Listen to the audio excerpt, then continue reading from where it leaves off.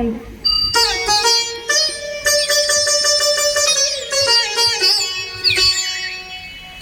देखिए, जब जनक जी ने माता सीता को देखा दंडकारण्य में तपस्विनी का रूप बनाए हुए, महलों की रानी थी माता सीता और वन में तपस्विनी का रूप बनाए हुए घूम रही है। जब महाराज जनक ने देखा तो जनक जी के आंखों से आंसू आने लगे। जनक जी के आंखों से आंसू आने लगे कि पुत्री, जब मैं तुम्हारा कन्यादान कर रहा था तो सोच रहा था, देखूंगा एक दिन मेरी पुत्री की कीर्ति आगे जाएगी कि गंगा की कीर्ति आगे जाएगी। और पुत्री, आज तुमने गंगा की कीर्ति को प्राप्त कर लिया और आज तुम्हारे चरित्र की गंगा पूरे ब्रह्मांड में प्रवाहित हो रही है।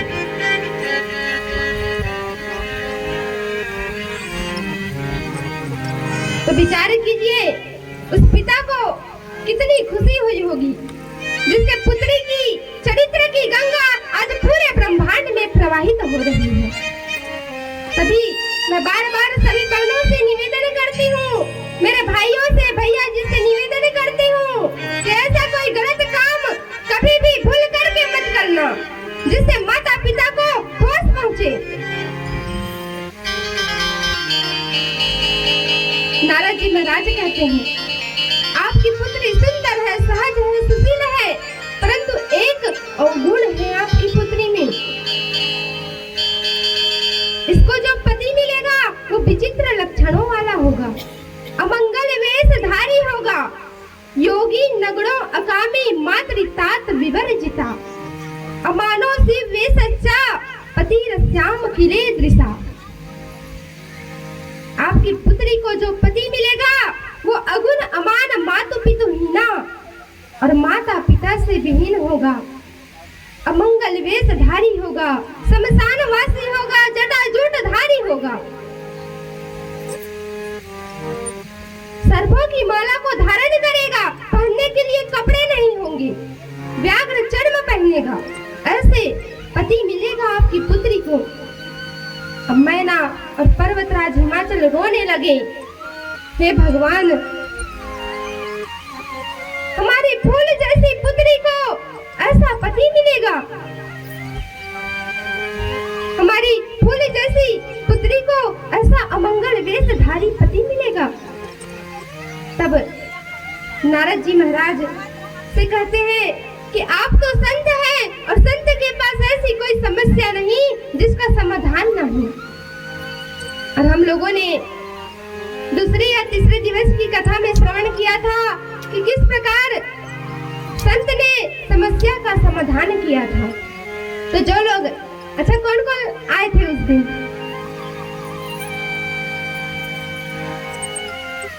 तो उधर की माताएं तो जान ही नहीं रही है, तो लगता है बताना पड़ेगा।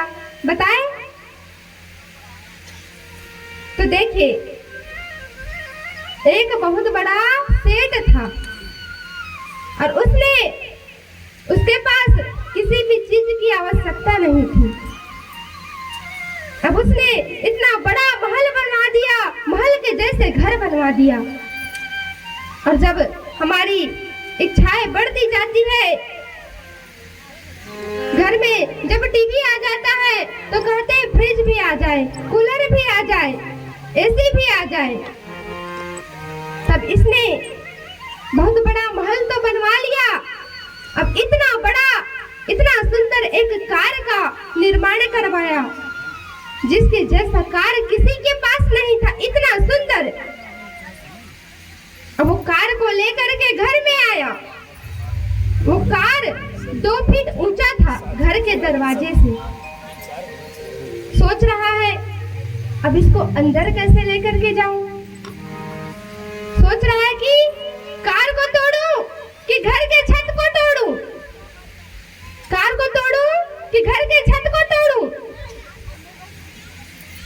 सोच रहा है घर के छत को तोड़ूंगा तो इतना महंगा है, कार को तोड़ूंगा, इतना सुंदर कार है कि किसी के पास नहीं है। उसी समय एक संत वहां से जा रहे थे।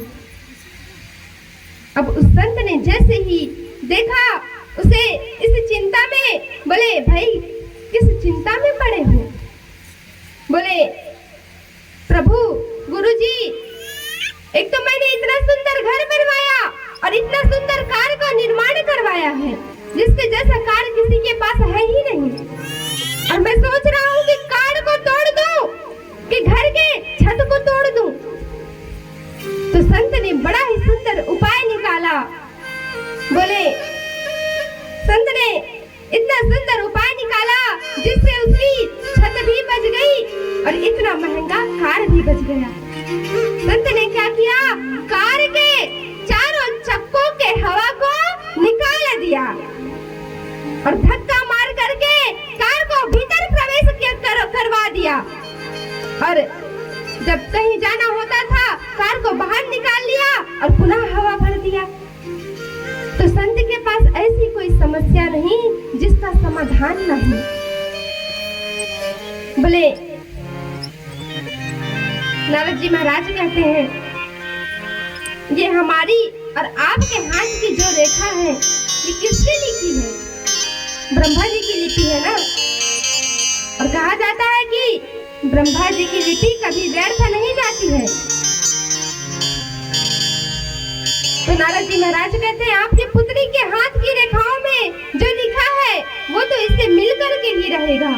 कर्क रेखा ब्रह्म लिपिन्ना मृषा भवति ध्रुवम्। आपकी पुत्री के हाथ की रेखाओं में जो लिखा है वो तो इससे मिल करके ही रहेगा। परंतु आपकी पुत्री का विवाह भगवान भोलेनाथ से हो जाए तब तो अत्यंत सुंदर हो जाएगा। बोले इनके दोष भी गुणों में परिणित हो जाएंगे, क्योंकि सामर्थ्यवान पुरुष को कोई दोष नहीं होता। कैसे दोष नहीं होता? जैसे कि भगवान सूर्य को कोई दोष नहीं है। अब कैसे कोई दोष नहीं है? तो ध्यान पूर्वक सुनना माताओं।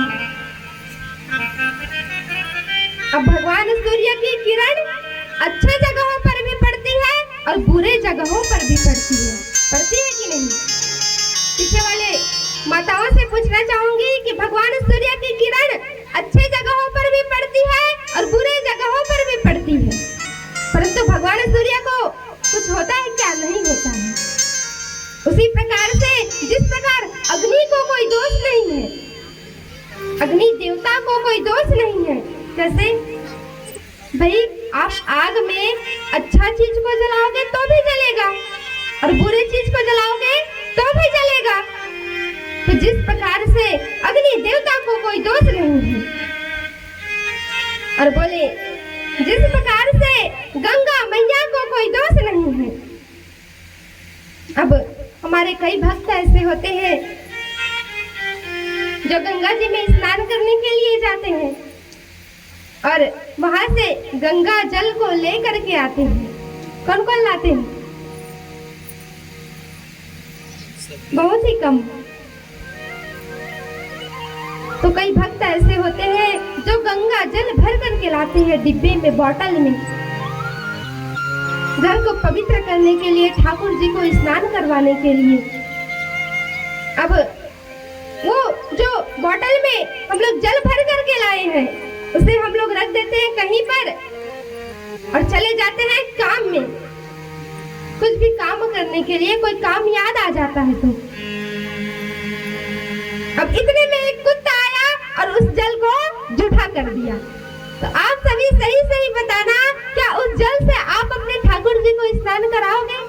घर में छिड़काव करोगे? नहीं। क्यों नहीं करोगे? क्योंकि कुत्ता ने जूठा कर दिया, उसमें दोष आ गया। अब आप विचार कीजिए माताओं, गंगा जी में तो ना जाने एक साथ कितने कुत्ते स्नान करते हैं, उस जल को पीते हैं। वो जल अपवित्र क्यों नहीं हुआ? न जाने कहां कहां से गंदी नाली गंगा जी में बहाई जाती है। कितने सारे सारे लोग बहाए जाते, न जाने कौन कौन से पशु पक्षी उसमें स्नान करते हैं।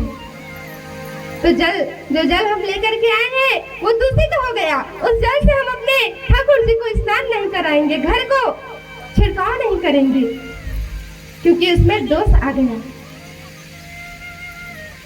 तो देखिए, न जाने एक साथ कितने सारे कुत्ते स्नान करते हैं गंगा जी में, तो गंगा मैया को कोई दोष क्यों नहीं? क्यों? क्योंकि गंगा मैया अंशी है और जो जल लेकर के आए हैं वो अंश है। तो भगवान को कोई दोष नहीं होता।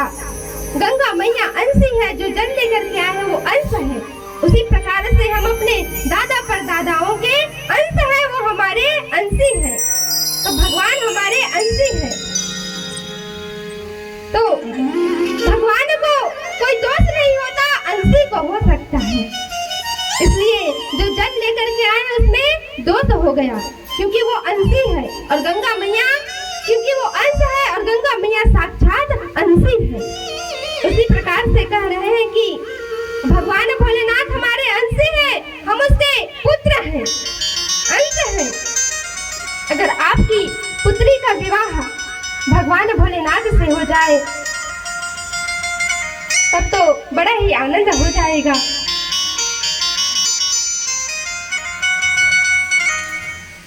बोले तो नारद जी महाराज निवेदन कर रहे हैं कि आप अपनी पुत्री कल और मैना देवी ने माता पार्वती को विदा किया, जिससे माता पार्वती घोर जंगल में चली गई तपस्या करने के लिए।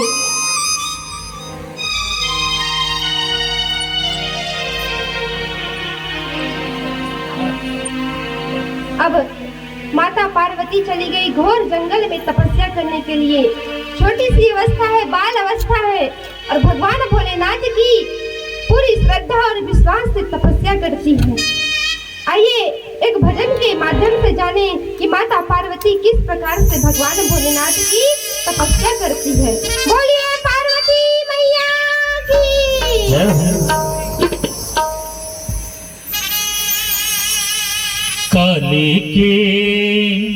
काली के शिवला मनाई हो, शिव मानत नाही। काली के शिवला मनाई हो, शिव मानत नाही।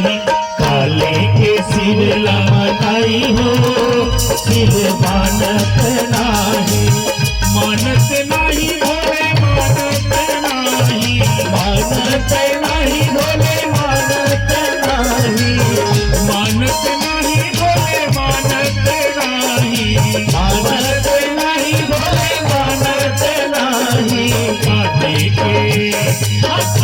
के शिवला मनाई हो, भोले मानत नाही। काली के शिवला मनाई हो, शिव मानत नाही। काली के शिवला मनाई हो, भोले मानत नाही। काली के भोला मनाई हो, शिव मानत नाही।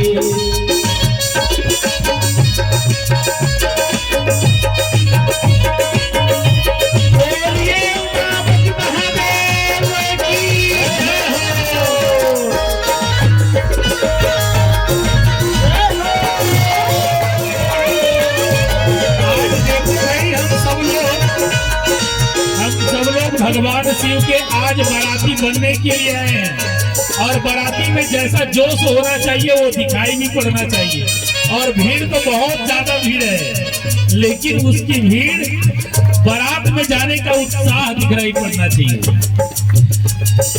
कोठा अटारी शिव के मन ही न भावे, अटारी शिव के मन ही न भावे।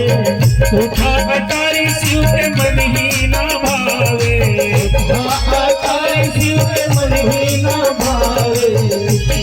लड़ैया कहाँ पाई हो, शिव मानत नाही। काली लड़ैया कहाँ नहीं हो, शिव मानत नाही। लड़ैया कहाँ पाई हो, शिव मानत नाही।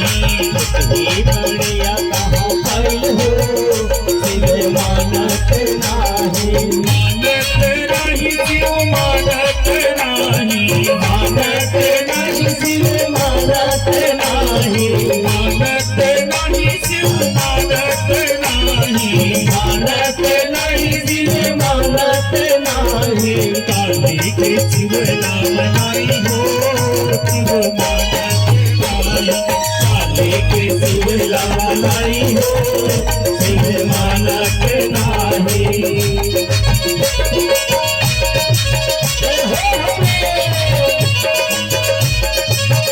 अभी की हाथ ऊपर हो रहे सुंदर मधुर सुर में ताली बजाए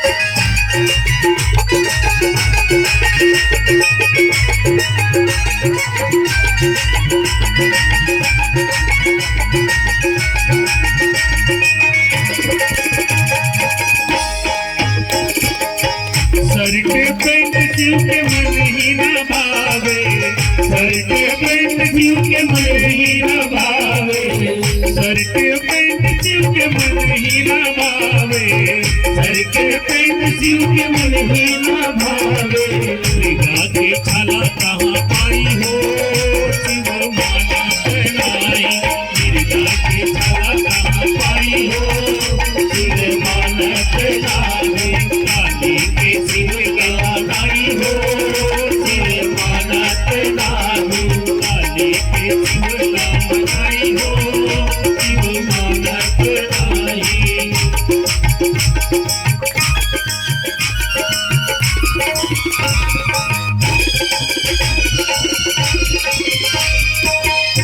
बोलिए माता महादेव की जय हो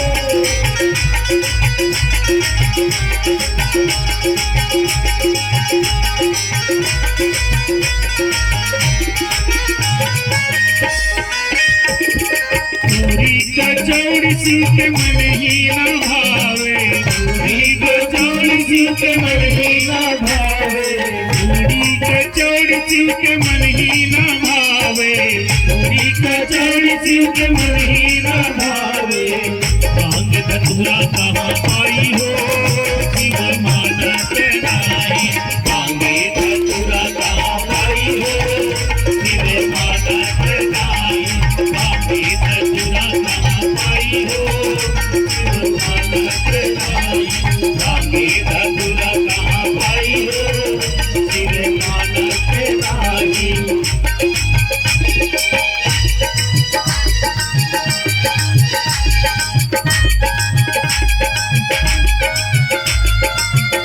बोलिए गणपति महादेव की जय हो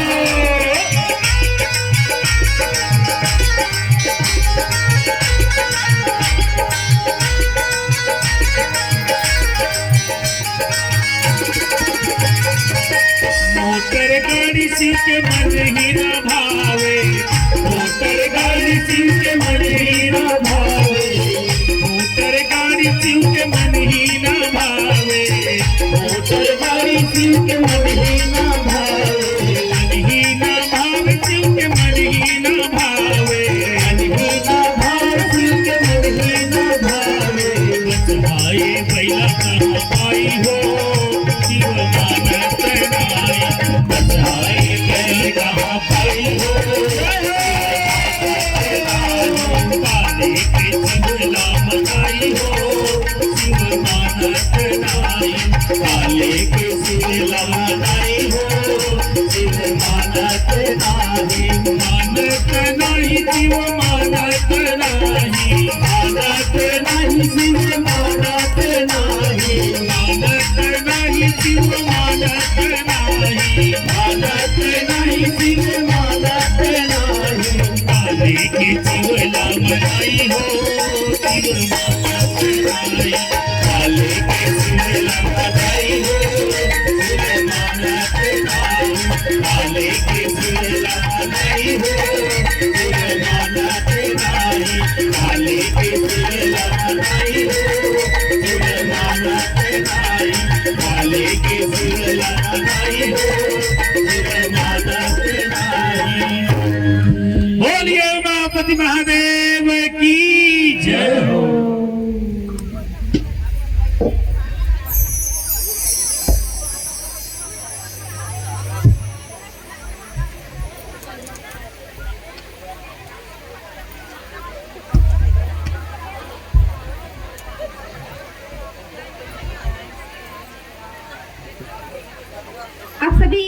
जल्दी से जल्दी बैठ जाइए, शांति व्यवस्था बनाए रखें। राधे राधे, हरे राम महादेव। हाँ ठीक है ठीक है ठीक है ठीक है ठीक है। वो क्या है, जितना माइक है उतना ही चल रहा है। बोलिए शंकर भगवान की जय हो। ओम नमः पार्वती पते, हर हर महादेव शंभु।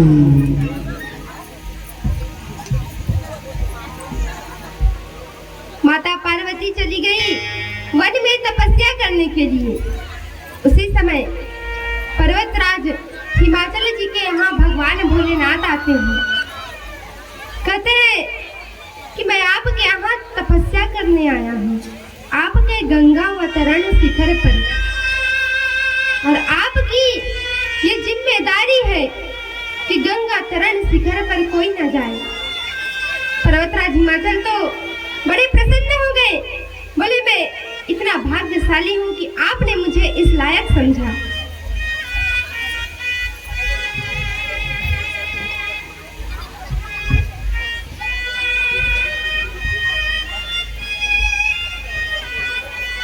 बोले प्रभु मैं धन्य हो गया, परंतु मेरी एक अनुरोध है आपसे। बोले क्या? मेरी एक पुत्री है पार्वती, जिसका नाम है, क्या मैं उसे आपकी तपस्या करने, आपकी पूजा करने के लिए रोज ला सकता हूँ क्या? बोले नहीं नहीं, अपनी पुत्री को तो घर में ही छोड़ करके आना। क्यों? क्योंकि स्त्री भजन में बाधक होती है, इसलिए आप अपनी पुत्री को नहीं ला सकते। अब इधर माता पार्वती कहती है पिताजी आप निराश ना होइए, मैं स्वयं जाऊंगी और भगवान भोलेनाथ से कहूंगी कि मेरी रोज पूजा करने से आपको क्या आपत्ति है। तो भगवान भोलेनाथ कहते हैं कि आप युवती है, स्त्री है, और स्त्री जो है वो भजन में बाधक होती है, इसलिए आप मेरी पूजा नहीं कर सकती, यहाँ नहीं आ सकती। माता पार्वती कहती है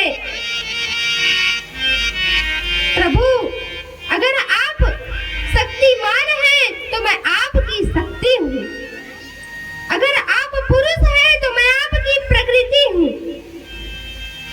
आप मेरे बिना अधूरे हैं, पूर्ण नहीं है। भगवान भोलेनाथ कहते हैं पर्वतराज हिमाचल से कि आपकी ये पुत्री तो बड़ी समझदार है, आप अपनी पुत्री को रोज ला सकते हो मेरी दर्शन पूजन करने के लिए। तो माता पार्वती नित्य प्रति भगवान भोलेनाथ की पूजा करने लगी, भक्ति करने लगी। अब एक दिन की बात है, एक दिन की बात है, भगवान भोलेनाथ ने जब माता पार्वती की ओर देखा, उसी समय कामदेव ने अपना बाण चला दिया भगवान भोलेनाथ के ऊपर। अब भोलेनाथ ने को लगा अरे मुझे इतना आनंद क्यों हो रहा है, मेरे मन में इतना हर्ष क्यों हो रहा है। और जब भगवान भोलेनाथ ने विचार करके देखा तो एक पुरुष नजर आया, कामदेव। अब भोलेनाथ इतने क्रोध में है, भोलेनाथ का तीसरा नेत्र खुल गया और भगवान भोलेनाथ का तीसरा नेत्र खुल गया, इतने क्रोध में है। जटाटवी गलच्चलम प्रवाह कावितस्थले गले वलम लंबितम भुजंग दंडमालिकम दमट दमट दमट दमट निनादमट दमयमम चकार चंडतांडवम तनोतुरा शिवशिवम जटामटा वसंतगण जगन निमित्तनिर्भरी बिलालवी चवल्लरी विराजमान मर्धनी जगत धगत धगत ज्वलन ललाट पिट्टपावके किसान चंद्रशेखरे रति प्रतिक्षणम मम। भगवान भोलेनाथ का तीसरा नेत्र खुल गया और भोलेनाथ की तीसरे नेत्र की ज्वाला से कामदेव जल करके भस्म हो गया। बोलिए शंकर भगवान की जय हो।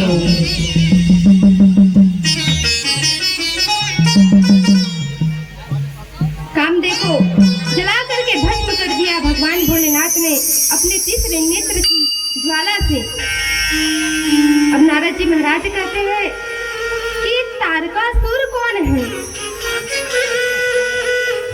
बोले कश्यप जी की अनेक पत्नियों में एक का नाम था दिति और दिति के 2 पुत्र थे, हिरण्यकशिपु और हिरण्याक्ष, जिसे भगवान नारायण ने दोनों का वध कर दिया। और इसके बाद देवी दिति ने पुनः गर्भ धारण किया तो देवराज इंद्र ने उनके गर्भ के 49 टुकड़े कर दिए, परंतु व्रत के प्रभाव से उनका गर्भ मरा नहीं और जब पुत्र के रूप में प्रकट हुए तो 49 पुत्र प्रकट हो गए।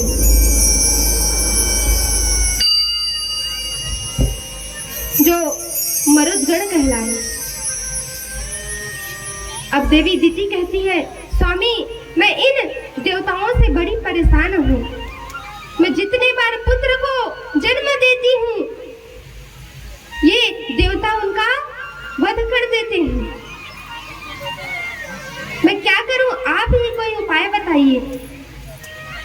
तब कहते हैं कि देवी दीदी तुम 10,000 वर्ष तक तपस्या करो और उसके बाद जो तुम्हें पुत्र होगा उसे कोई नहीं जीत पाएगा। तो देवी दिति ने 10,000 वर्ष तक तपस्या करी जिससे उसका एक पुत्र हुआ वज्रांग और वज्रांग का विवाह हुआ वरांगी से जिसका पुत्र हुआ तारकासुर। और तारकासुर ने बड़ी कठोर तपस्या करी जिससे ब्रह्मा बाबा प्रसन्न हो गए और प्रसन्न होकर के कहते हैं कि वरदान मांगो। तो पता है तारकासुर ने क्या वरदान मांगा?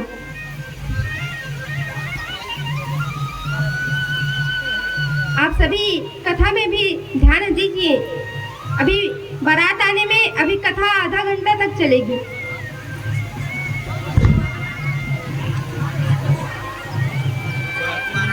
अभी बारात को बाहर में ही रहने दीजिए क्योंकि अभी कथा आधा घंटा तक चलेगी।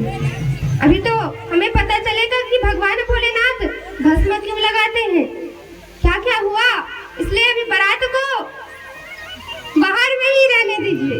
लगता है भोलेनाथ के गणों को खाने पीने की जल्दी है।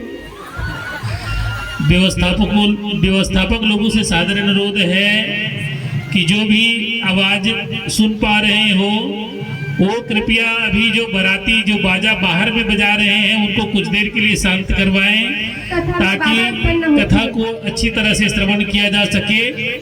आयोजकों से सादर निवेदन है कि वो तत्काल बंद करवाएं।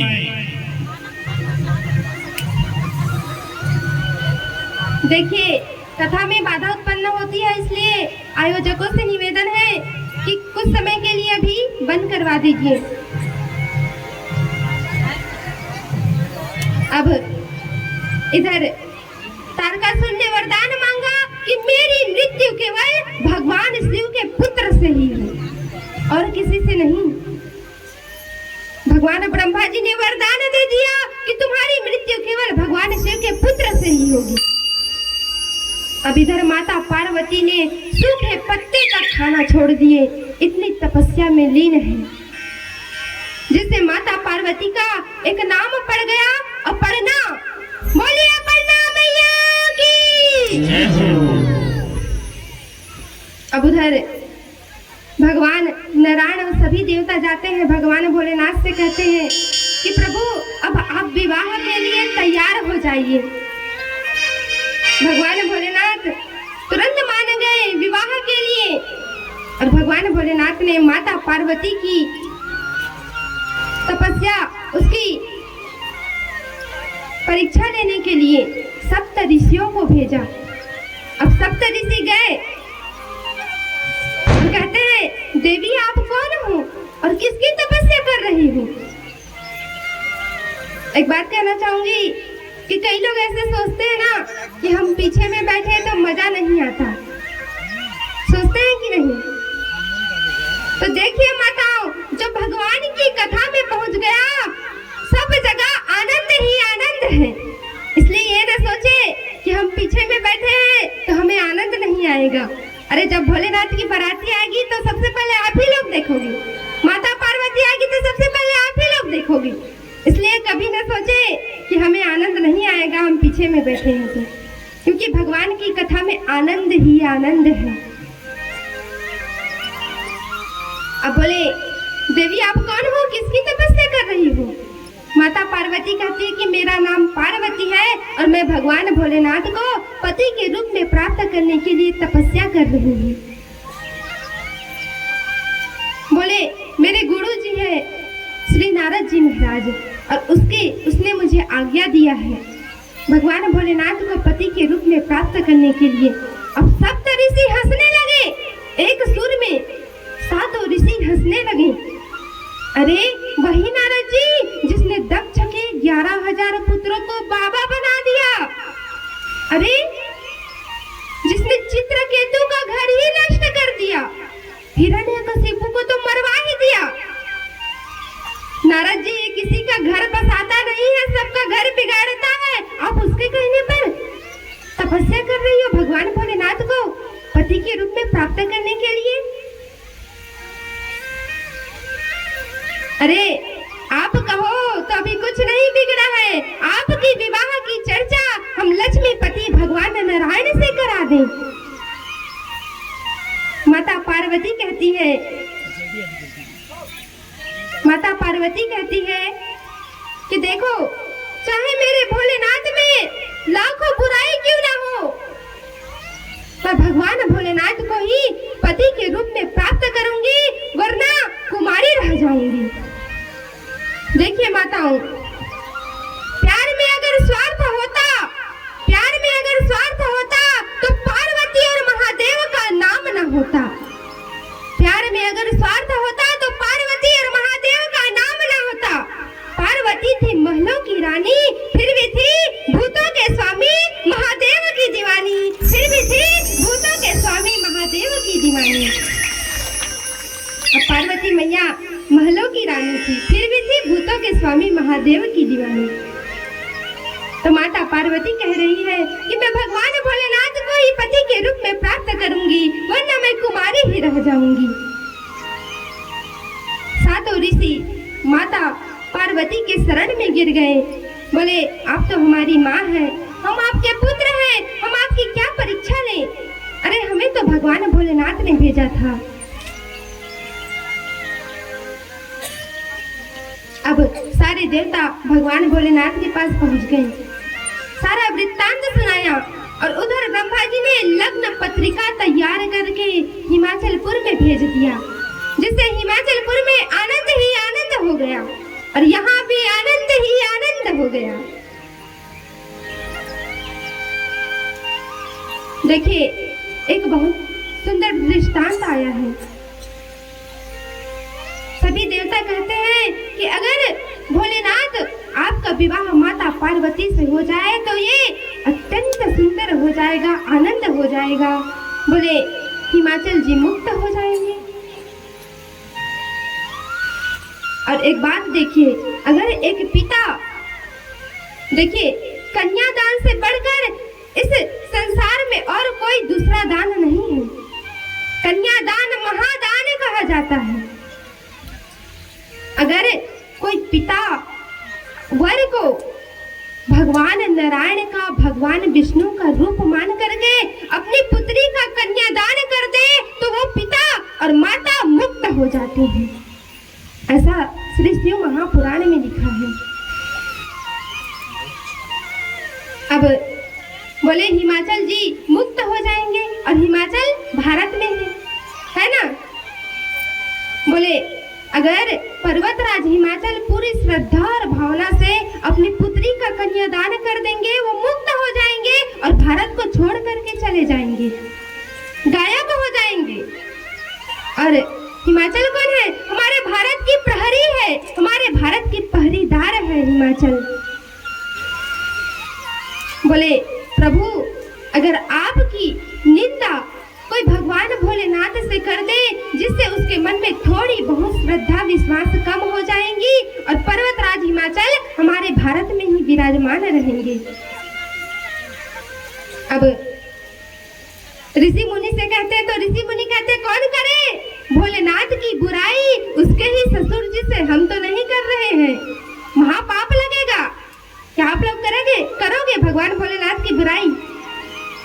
अब देवताओं से कहा तो देवताओं ने कह दिया भाई कौन अपना लोक परलोक बिगाड़ेगा, हम तो नहीं करेंगे भोले बाबा की बुराई।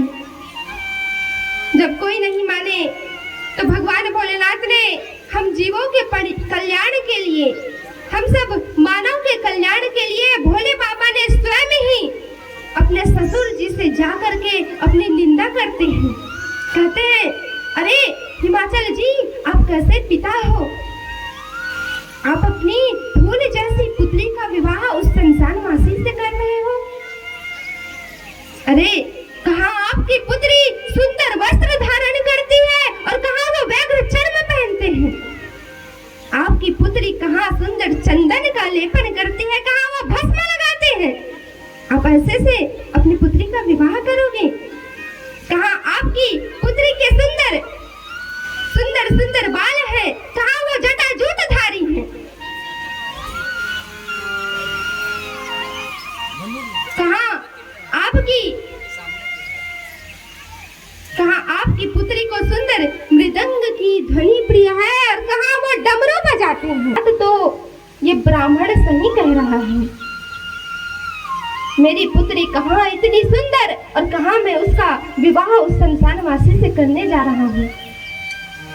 थोड़ी बहुत श्रद्धा विश्वास कम हो गई हिमाचल जी के मन में, जिसे जब हिमाचल जी ने कन्यादान किया तो पूरा फल प्राप्त नहीं हुआ और हिमाचल जी मुक्त नहीं हुए।